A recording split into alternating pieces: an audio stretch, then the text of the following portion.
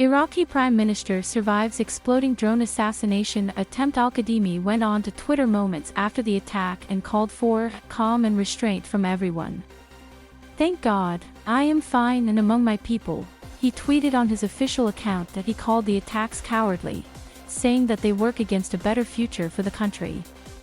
Al-Kadhimi called for calm and constructive dialogue for the sake of Iraq and the future of Iraq. "I was and still am a redemption project for Iraq and the people of Iraq. The missiles of treachery will not discourage the believers and will shake a hair of the stability and determination of our heroic security forces to preserve people's security, achieve justice, and set the law in place," he said. 7 of Kadhimi's security personnel were injured, according to Ministry of Interior spokesman General Saad Maan. Speaking to Al-Sharqiya TV, he clarified that only 2 armed drones were involved in the assassination attempt and that they had been launched from around 12 kilometers northeast of Baghdad. One of the drones was shot down by the Iraqi military, Maan said. The Iraqi military said that Al-Kadhimi was unharmed and in good health, and that security forces were taking the necessary measures in connection with this failed attempt. A source close to the Iraqi leader said Sunday that Al-Kadhimi was returning from overseeing security forces engaged in a standoff with protesters at the southern gate of the Green Zone, the heavily fortified area of Baghdad where the Prime Minister's residence and other government and diplomatic buildings are located, around the time of the drone attack. The US State Department condemned the apparent act of terrorism in a statement on Sunday. "We are in close touch with the Iraqi security forces charged with upholding Iraq's sovereignty and independence and have offered our assistance as they investigate this attack," spokesperson Ned Price said. The president of the Kurdish regional government, the semi-autonomous region in northern Iraq, also released a statement condemning the failed assassination attempt, calling it a terrorist act that marks a dangerous development that threatens security and stability in the country and portends dire consequences.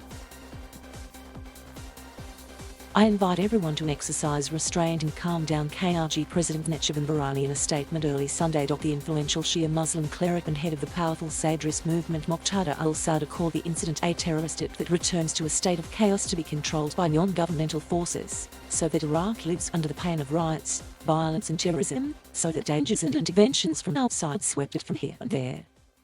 As a result of the attempt, he said, "Our valiant army and the heroic security forces must take matters into their own hands until Iraq recovers and returns strong." Al-Sadr and his coalition won more than 70 seats in Iraq's parliamentary elections held 2 weeks ago, gaining significant numbers since the last elections in 2018, when they won 54 seats. The Arab League, an organization of 22 Middle Eastern and African countries, and the Palestine Liberation Organization, condemned the heinous assassination attempt in a statement on Sunday and said that its Secretary General Ahmed Abul-Ghaid spoke with Al-Kadhimi by phone. The league also stressed that the recent elections represented an important shift towards stability in the country and called on all parties to respect their results and to work within the framework of the Constitution, the law and the rules of the democratic political game. No one has claimed responsibility for the assassination attempt, but it comes amid heightened tensions in the capital. Parties representing Iran-backed militias called for protests after losing parliament seats during Iraq's elections last month, angering militia leaders and sparking several protests and sit-ins over the past weeks.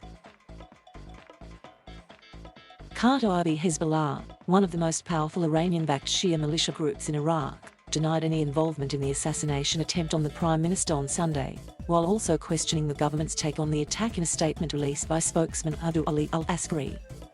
"Isn't it ironic that he calls for restraint and calm, so who should be worried? Who has lost control of himself?" al-Askari said in a statement on Sunday.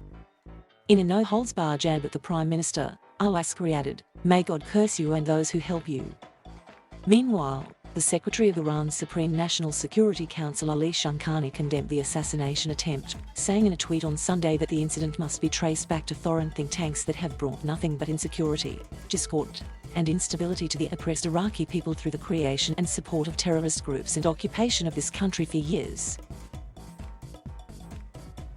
Correction: a previous version of this story misidentified the television network that carried comments from Ministry of Interior spokesman General Saad Maan.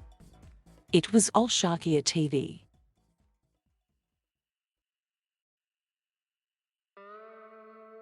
Thank you for watching. Please subscribe.